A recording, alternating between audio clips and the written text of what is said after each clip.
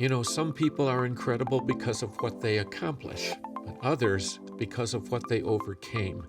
And my guest today checks both boxes. He's an accomplished musician, self-taught.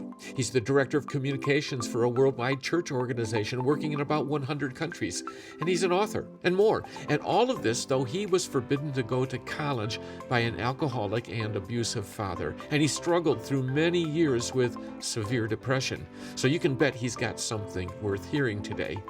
Hi, everyone. My name is Doug Newton. I'm the host of At the Intersection with Doug Newton, the place where scripture, culture, and character meet. And this is our new feature series called People Worth Admiring. Now, my weekly podcast, At the Intersection, is all about showing you how to develop your character to engage our culture with grace and fresh impact in your corner of the world. And I know no greater way to develop good character than the power of admiration. But who should you admire? That's the question. So in this special series, I present you with some great options, people whose stories will inspire you and shape your character because they are people worth admiring.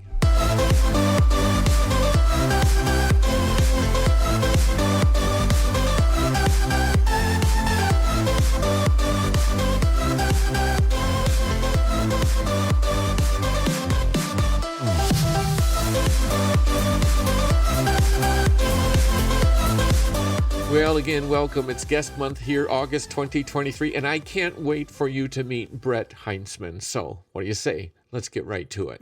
Well, Brett, hey, it is really good to have you here. As I think I've mentioned before in a previous podcast, in these early days of the interview format that I'm using, I'm really drawing upon my friends, and so. It's not going to be any surprise to those that are watching or listening right now that this is another case. You are such a good friend, and our history goes back a little ways. And we've had a chance to work together as colleagues, as people who have a shared ministry, and so forth. But anyways, I'm so glad that you were willing to be one of the early ones on these interviews. So welcome. Thank you, Doug. It's really an honor and a privilege to be here and to be included in this series of podcasts. It's just really an honor. Thank you. Good to be with you. Well, let's help people get to know you just a little bit. I know a lot of the things that you're doing, but right now you are in a very significant role in a nationwide organization, the denomination of the Free Methodist Church in the United States. Tell people just a little bit about what you currently do, but then we'll backtrack a little bit and see what got you to that point. Sure. Yeah, I serve as Director of Communications for the Free Methodist Church USA. Basically, it encompasses a wide number of different services that we provide to the church. If you look up any of our family of websites, our team of 9 gifted and talented individuals facilitates those websites. We also are in charge of Light and Life Publishing, so we are the publishing arm of the denomination. Our award-winning Light and Life magazine is part of our facility, which you know well, Doug. You actually were editor once upon a time of that magazine. And so our team deals with that. All of our graphic design. We also assist many ministries in the church with their graphic design needs. We also handle our social media platforms and a good number of things. So email campaigns, we handle all of those things on behalf of our Board of Bishops, on behalf of the church, and to promote the ministries and message of the Free Methodist Church. In addition to that, the second hat that I wear is Director of the National Prayer Ministry for the Free Methodist Church, which is a real gift to be able to serve in that capacity. The prayer ministry was started about 6-7 years ago with this idea of spiritual revitalization in the church, and to be able to pick up the mantle of those early days from you and Margie, and to be able to continue to run with that and to work with the National Prayer Ministry is just a tremendous blessing. And to see the church rise up in prayer is a passion of mine as well. Yeah. Well, and of course, our history goes back largely along that particular track.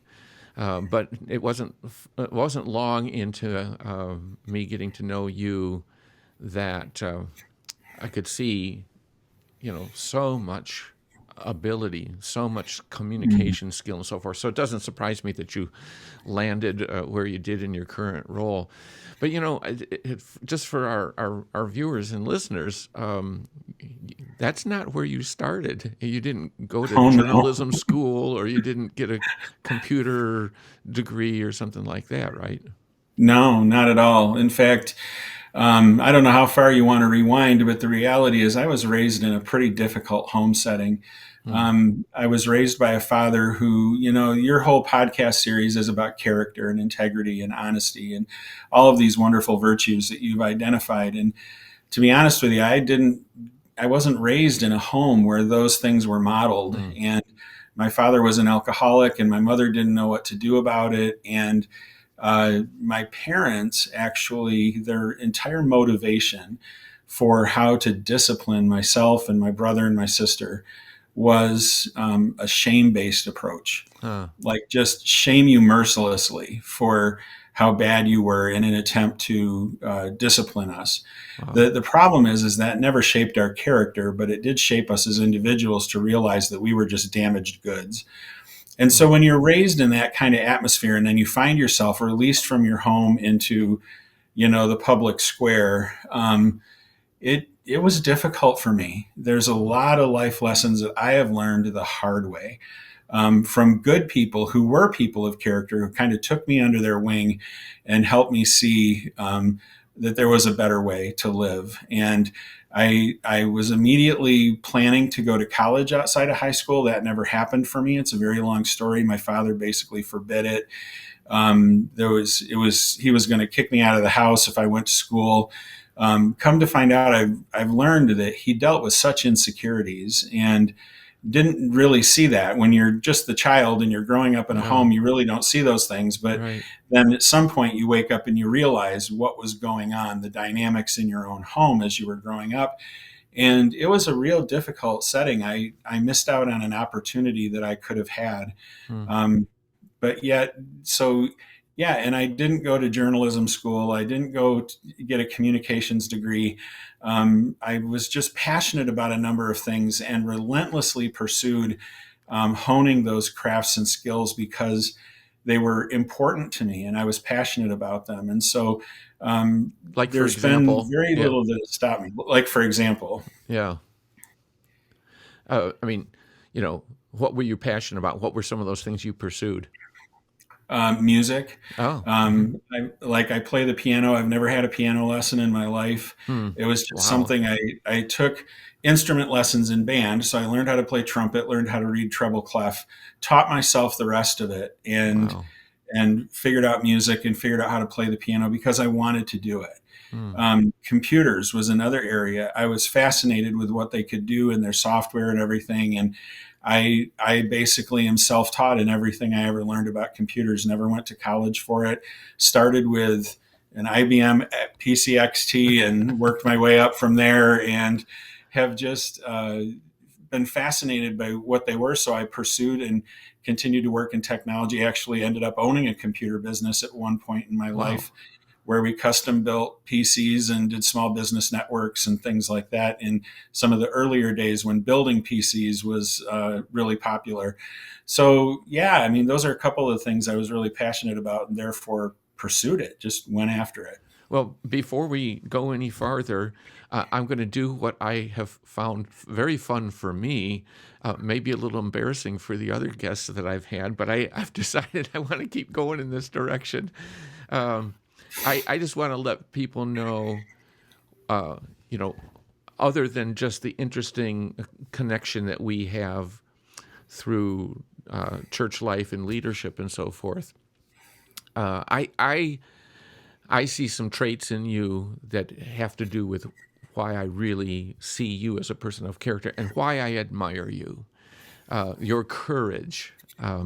Most people, there's that old song, nobody knows the trouble I've seen. Well, anybody who's in a nationwide ministry, in church organization or whatever, there's a tremendous amount of courage that it takes to relate to people across a broad spectrum of concerns and desires and points of view and things they really think, strategic things that they think need to be the case. And boy, one of the hardest things in life for people in those kind of roles is, as leaders, is the courage to keep moving forward, to stay the course, to stick with a vision, and to help others stay focused as well. So your courage was one of those big reasons. You are industry is another one. I mean, that's an old-fashioned word, related, and I think most of us know it more in terms of being industrious.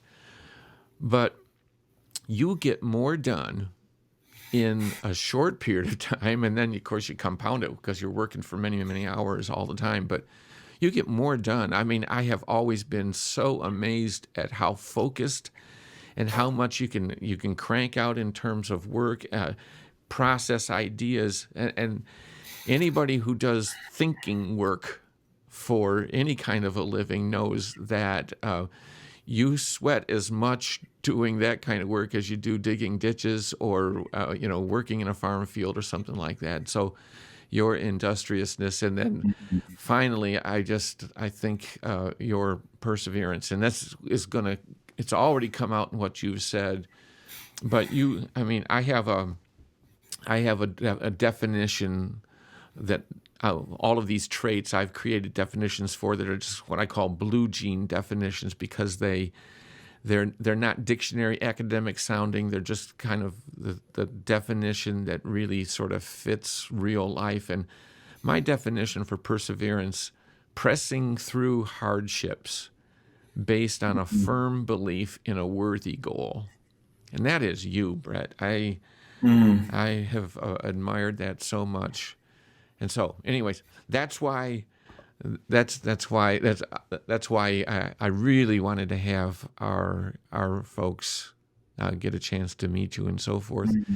Well, you've told us about a little bit about your background and the hardships. Actually, I knew a little bit about that, but actually, I didn't know some of the stuff about you being forbidden to go to college and seemingly having doors closed off. But you just, became kind of a self-taught person in so many ways. And you mentioned that you found other people to admire in your earlier days. Who were some of those people or some of those sources? Maybe it was, something that you were reading or watching or whatever. Yeah, there were a lot of people in the first church experience I had, which I found the church in the summer after my 7th grade year in school. And I was blessed to find the little church in our little town that I did. It was full of people that I would just refer to as the saints. They really were. Betty Swanson was this lady who invested in me. She had such patience and such caring, and was a woman of integrity, a woman of prayer. And she would just have this way of pulling me aside. And she would invest in me in just quiet, humble, and yet powerful ways where she would speak a few words and I'd just get the point of what she was saying. There was another man. Were these words of correction or Sometimes they advice? were. Yeah. Like I remember one Sunday I sang and she said, "You know what?" She said, this was during the days of special music. We don't have special music in church as much anymore. Yeah. But I sang a special song in church one Sunday, and she came up to me afterwards and she said, "Brett, there are some days when you get up and sing and I think, well, Brett sang a really nice song. And then there are some days when you get up and sing and I think, Lord, you used Brett to sing a really nice song." She goes, "Do you know what I mean?" And I said, "I think so." And she said, "Well, today was one of those days that I thought the Lord used you to sing a really nice song." And what she was trying to encourage me to do was not be so full of myself, to step outside of myself and realize that I could be used in the hands of the Lord to do ministry, and that he wanted to use me. And there was a difference between surrendering into what he wanted me to do and just being a little more full of myself. So that's one instance. Mm. There was another man, Temple Gerald, who is still around. I just love and respect him. He took me under his wing. I'll never forget we never locked the doors of our old church in town, Mm. ever. They were Yeah. always open. And I was just down there one night, just trying to get away from home. And he came into the church, and I'm sure he had places to go and things to do and people in his family to see. And yet he invited me to go with him and even put the keys to his brand new van in my hand. I was driving at the time, and let me drive his brand new van. And we went out to dinner, and he just shared some time with me. And he would do things like that and just invest in me. Mm. He would shake his head at me sometimes when I was off track, and he would agree with me or encourage me when I was. And I totally valued his insight, his encouragement, his godly wisdom. Mm. He was gracious, uh, and yet prodded me when needed. And so people like that, those are two primary examples. But there were more. Yeah. Plenty of people of integrity that just came into my life, and without them, I don't know where I'd be today. Well, and you're talking about him. One of the things I try to reinforce in whatever venue I might be talking about character is to help people understand that generosity is not just something you do with your money. It's something that you do with your time. It's something that you do with your attitude toward others. You have a generous spirit toward them. That sounds like what he was sort of Yeah. modeling in your life. Yeah. And life was difficult. The thing that you realize is when you've been raised in a home like I was raised in, and you go through some of the experiences I went through, where it begins to manifest in trouble is in relationships. Hmm. You discover that you bring the only thing you know how to bring, and that's who you are, how you've been shaped, how you've been molded, and you bring it into relationships. And when all of a sudden you meet up with people who have extremely good character, were raised in solid homes, they're healthy relationship dynamics, all of a sudden it's like thunder and lightning. There's just this clash that comes together. And I began to discover those clashes. And I also ended up discovering a couple things about myself that were challenges along the way, like one of them being, depression and anxiety. I remember early on in my time at church, one of the pastors in our church actually encouraged us to take these personality surveys. And part of what came up was temperament and different issues. And one of the things that came up for me was anxiety, so much so that he wanted to send me for counsel. And I really didn't know what to do with that. I wasn't even sure I understood what anxiety was at the time. He just noticed, and it was reflected in the results, that I was wound up tight as could be. And the depression that also went along with that, in many ways, came because of some of the other dynamics that had been invested in me the whole time I grew up. So how I think that my words for people would be, though, that those things don't have to be the end of you, nor do they have to be the primary plot in your story. Because those things still exist in my story, but they are not the primary plot of my story. They are not the main theme of what I bring to the table. They're things that I have to take care of. They're things I have to be self-aware of. Self-awareness is a huge part of integrity and living a life of character. And so I think that I'm much more self-aware of those things now, but no, there's way more to my story than those things. And so I would encourage people. Yeah. So because depression is kind of a catch-all that gets filled with different, different assumptions that people make about what it means, what it feels like, and everything. Let's talk a little bit more specifically about because obviously what we're doing here is I'm going to be wanting to hear from you how character relates to a person who struggles with depression. Sure. I've been concerned for years that even talking about character and some of the work that you do to have good character could even be discouraging to a person who maybe struggles with self-esteem or whatever. So when you're talking about depression, how did it manifest itself in your life maybe a while back, and then now how does it still you know appear in your life as you've learned how to manage to cope and maybe have some victory over it? That's what I'm kind of fishing for here. Sure. Yeah. No, I can tell you that the shame-based discipline really left me feeling like there's just something inherently wrong with me, and that became the foundation for Hmm. the depression. Okay. So a lot of the depression that I dealt with came from this idea of, well, I'm just damaged goods. I'm never really going to, matter much to anyone or anything. Um, and really, where that leaves you in is a pretty dark place. And I can just be completely honest. There have been times where suicidal thoughts crossed through my mind. Hmm.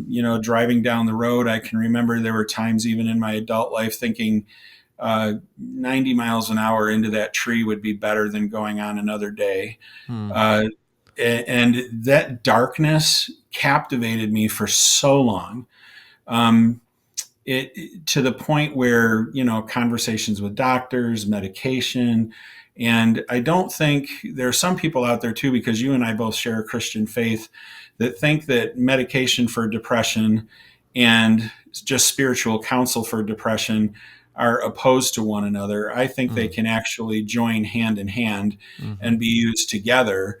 And Right. that's been something I have found in my own life. So I want to make sure and encourage people out there that if you are taking medication for depression and you experience those dark times and you wonder if you're worth it to go on another day, number one, you are. Number two, keep taking your medication. And number three, get spiritual counsel. Yeah. They all go hand in hand and work together. But I think the big breakthrough for me came when I finally sought healing from all of the wounds that had been inflicted on me by my parents.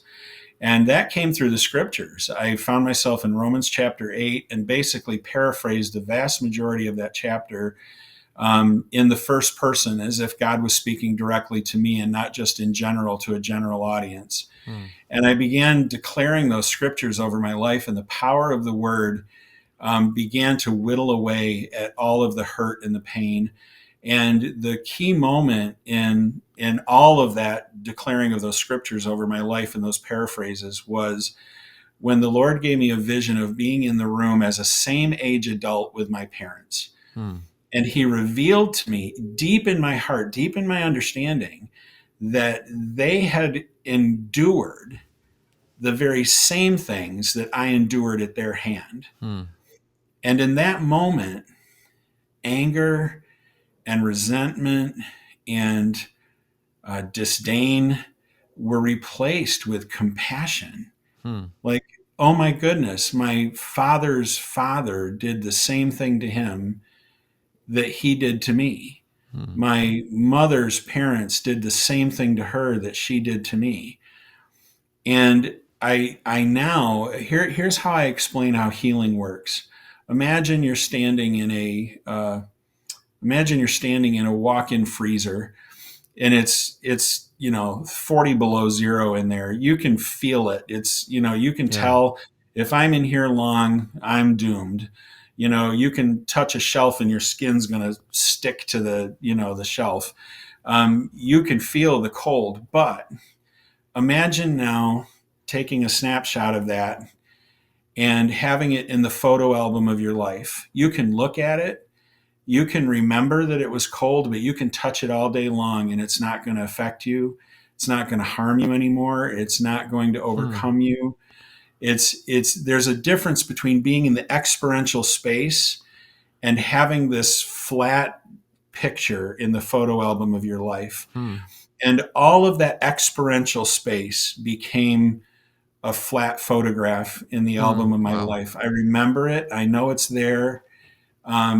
I can look at it now and I can see it for what it was, but I actually have compassion for my parents, you need to understand that this healing took place after they both passed away. Hmm. So people might be thinking, can I experience healing and move on from traumatic events in my life if the people are not there to apologize or to make amends? And the answer is absolutely yes, because God is your healer. People aren't your healer.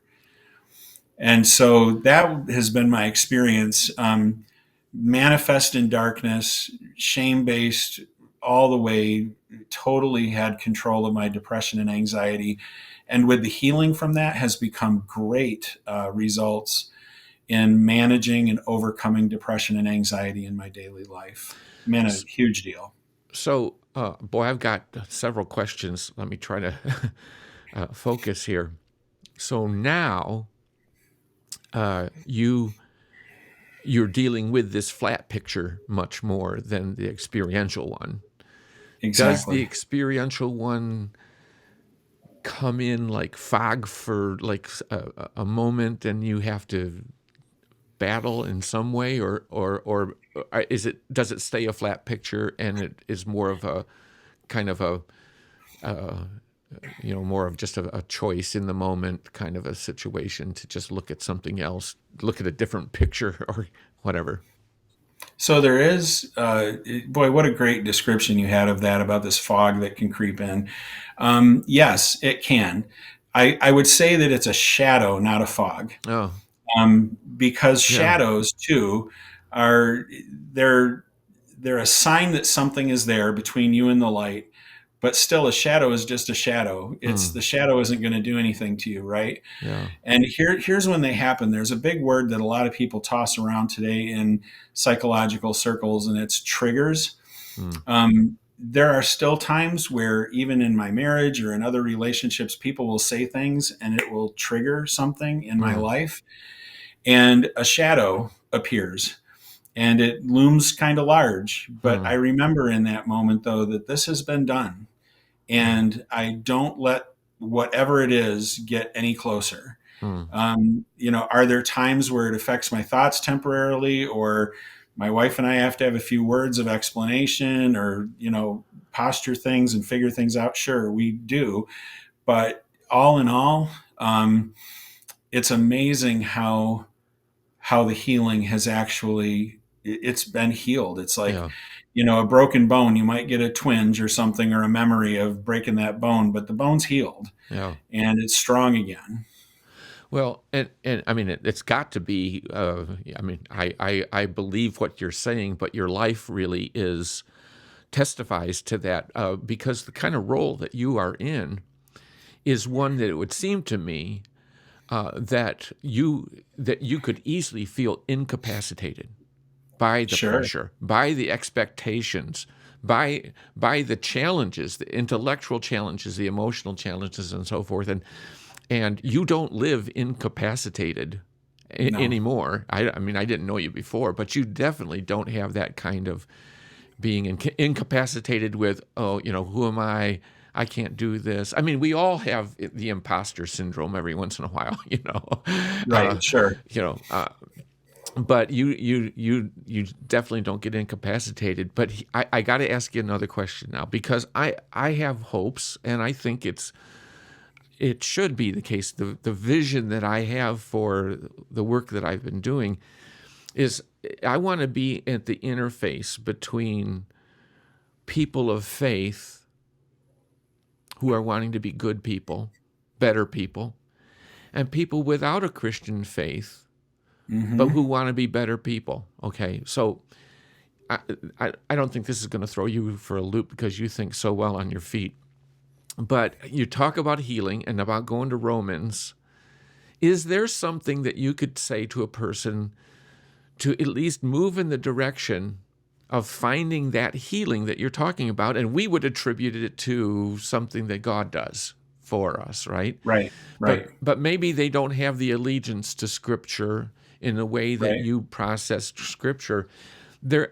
I heard as you were talking certain things that were still part of your choice and kind of your mental framework and kind of a mindset that you had to adopt. That it seems to me, from our faith perspective, it worked because also not just something God did unilaterally for you, but you were cooperating with something about how he created us. And to me, that's sort of the interface for Yes. people who don't choose not to, at least at this point, to have a faith commitment, a Christian faith commitment, but they can still be benefiting from these ways in which we believe God has designed human beings to function. What would you say? That long question, sorry. I just No, it's broke the okay. biggest rule of interviewing. Stop talking and let the other person talk. You know? But I had to process it in my own mind here. What is it? What would you say to a person that could still bring them hope from a character and relating to depression or those kind of things, who don't have that faith commitment, but that would still be beneficial? Sure. Choose the virtues over all else. There's a number of reasons why I say this. So, one of the things, Doug, that you pointed out about me that you admire, and it's one of the ones that I also chose to talk about, is courage. Mm-hmm. So, courage is not having this superhuman chutzpah Right, to stand in the gap. right. Courage is actually, it focuses on something higher so intently that the option for pain or discomfort in the moment actually takes a backseat to the higher ideal. Yeah, right, right. And when you do the courageous thing, and I've known people in my life right now that do the courageous thing, to great personal pain and detriment, but they held on. And here's what I've learned about when you cling to the virtues: people with those same virtues cling to you. Hmm. And what that will bring you is the greatest gift to get through some of the things you struggle with. Like when you become a person of integrity, you're the kind of person that does what you say you're going to do, when you say you're going to do it, how you said you were going to do it. If there's a stumble along the way, you're quick to apologize, quick to make amends, quick to fix it. And I mean, you're a person of integrity. Others with integrity cling to you. And when you are suffering from things like depression and anxiety, you don't need to be surrounded by the misery loves company kind of principle. You need to be surrounded by people who will help you stay centered. And who are those people going to be? They're going to be people of humility. They're going to be people of courage. They're going to be people of integrity, of honesty, of industry, of vigor. They're Yeah, going to be people who cling to all of those values, and they will stay by you. yeah, You know, when you have relational troubles, if you can cling to the ability to keep a confidence, people who have the ability to keep a confidence will cling to you. And that is where strength joins strength and will get you through. hmm. That is what I would say is one of the things that if you don't have a faith based approach to life, if you've not made that commitment to things like the scriptures and whatever, cling to the virtues, Yeah, because those virtues will attract to you people who cling to them as well, and the two of you will cling together. And that company of people, it is the strongest bond, and it, hmm. it compounds. It's not addition, it's multiplication. Hmm. When people with virtues cling together and bond together and relate to one another, because then you will find that you can be vulnerable in the space with people with character and not get abused or taken advantage of. Your details of your life won't get shared. And when you're that kind of person and they're that kind of person, all of a sudden you have a safe place to unload, to share, and life just becomes a beautiful, beautiful thing. So I Well, would say cling to the virtues, because yeah, people with them will cling to you. I love that. And of course, you're speaking my language here, my heart language. Yeah, I mean, even what this whole these interviews are about, and I especially name people worth admiring, is because what you're saying really is the case. Our own health in every dimension really does depend on finding people who are worth admiring and then having Amen. them around you in some way, whether geographically they can actually be right with us. We have this network of relationships in our life with people. And so I've never heard it put that well, though, especially in relation to dealing with depression. I hope folks who are listening and watching this right now, if you know anybody, you yourself may not be struggling with depression, but if you know someone, you've got some wisdom here that Brett's given that's worth maybe rewinding and just listen to that last section that he just talked about. It was wonderful, so important. Those were healing words. I appreciate it. Thank you. Yeah, you're welcome. Well, the way that I like to, what time are we at? Okay, got a little bit more time. The way that I like to draw this conversation toward a point is, to look for some words, and maybe we can move beyond the depression thing now. And because you are a person in real significant leadership role and responsibilities that encompasses more than just the U.S. You have relationships all around the world. Yeah. You work with a team of people that are both at you work with volunteers, you work with people who are remote. You're not necessarily all gathered together in the same place. There's all sorts of challenges involved there. What have you learned to either think, say, or inspire in people that helps them to manage their life, to do their work well, to move in the direction of better character? You're not a person who just goes around giving everybody advice like you're the expert on everything, but what would you say to maybe some young person just starting out, someone who comes to work for you, somebody who's just starting out in a life as a follower of Jesus Christ or something? What character advice would you give?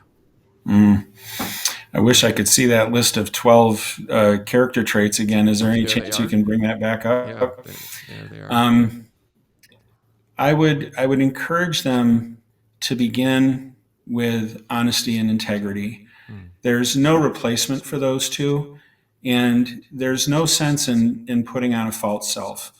To be who you say you are, to live honestly, to live with integrity is a beautiful thing for anyone because it frames everything else you do. And the one thing I actually remember going to a worship leading conference in integrity music put on years and years and years ago, and they said, don't hire talent, hire character. And I've never forgotten that. So I try in our team to hire character first and realize that the talent usually comes. What happens when you hire character first is not only can talent be honed, but like for instance, we have 2 designers on our team, and because they are people of immense character, there's no competition between them. It's amazing. Sometimes you get creatives in a pool together, and there can be lots of competition versus ideas, or someone is hurt that their idea didn't get used over someone else. I would say, don't worry about when someone else gets elevated because of your voice and your way, or you take a step back and elevate someone else. You're not going to be set aside because you are a person that elevates others. That's the big lie of our competition-based workplace today, is that if you elevate someone else, you'll get set aside. The truth is actually the opposite of that. If you're a person who elevates the good in others and helps them to shine, you will also be elevated in due time and in due course. I love every one of these interviews so far have gone in a little bit of a surprising direction, but thank you for what you've just said. My definition in these 12 traits for humility is exalting others above yourself. And Mm, this is such an important thing because we often, if I were to put my hands like this, we often think of humility as being this function. We put ourselves down lower. yeah, But no. you can arrive at exactly the same position by lifting others up. Yes. An act of humility really is making sure others get the credit, get the respect, get the gratitude, get the attention that they need. And when you're doing that, you're actually humbling yourself without even putting yourself down at all. And that's what you just said. So, thank you for Yes. for seeing things It eye to eye. Yeah, it really is true. If I'm just honest, part of what went on in our home was part of my father's whole modus operandi was to put others down so that he could elevate himself, and it never worked out to his advantage ever. Yeah, And so to see that for what it was and to realize that no, I can actually elevate others and it's no detriment to my position. It doesn't harm or put me down or set me aside. It only elevates what I do because I've taken the opportunity to push someone further up the ladder and give them the attaboy when they really deserve it. And boy, do the people on our team deserve it. yeah, Their giftedness is just stellar. Their character and the way that they minister to other people, their interactions with our Free Methodist family are just outstanding. And so I elevate them every opportunity I get. and you do. And I hear it all the time. Yep. yeah, because they deserve it. And Yeah. it's not just flattery. No. It's well deserved. Right. Right. Yeah. Well, hey, this has been great. The last two that I've done, and now this is the third, I've always prayed for the person. I know you well enough to know that, well, first of all, my wife and I, Margie and I, pray for you regularly. I'd love to have you be the one that prays for folks who are listening today. I love that. Yeah, and just take it in the direction that you feel in your heart that you want to pray a blessing for them. Sure.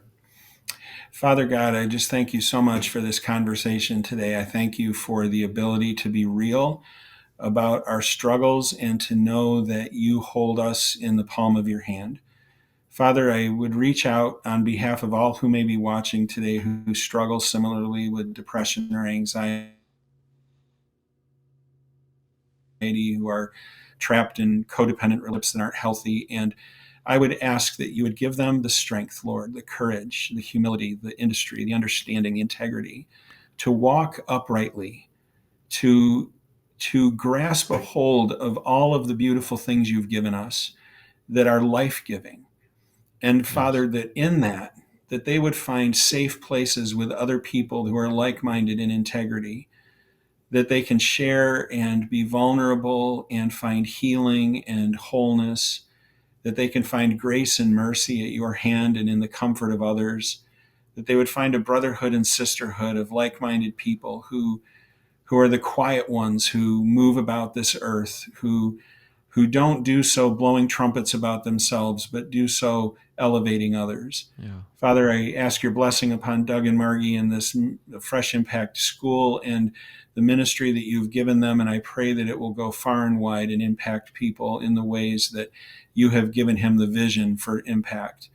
Father, thank you for this conversation. We Yes. just thank you for your great love, and we praise you in Jesus' name.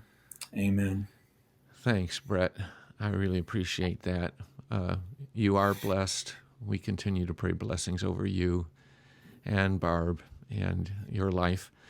So thanks for taking Thank your you. time today, and folks, if you've really valued this particular conversation today, I would love to have you leave a comment in the section and just let Brett know how much you appreciate it, and maybe even just share a quick word about why it maybe meant something to you. So we'll catch you later. Thanks, Brett. Thank you. Wow, I mean, wasn't that great to meet Brett? and great takeaways. I hope you're encouraged. I mean, so much wisdom from a person who has accomplished much despite major hurdles in his life. So if you appreciated this interview, why not subscribe to this channel? It's going to tell YouTube that there are people out there who are interested in this kind of podcast.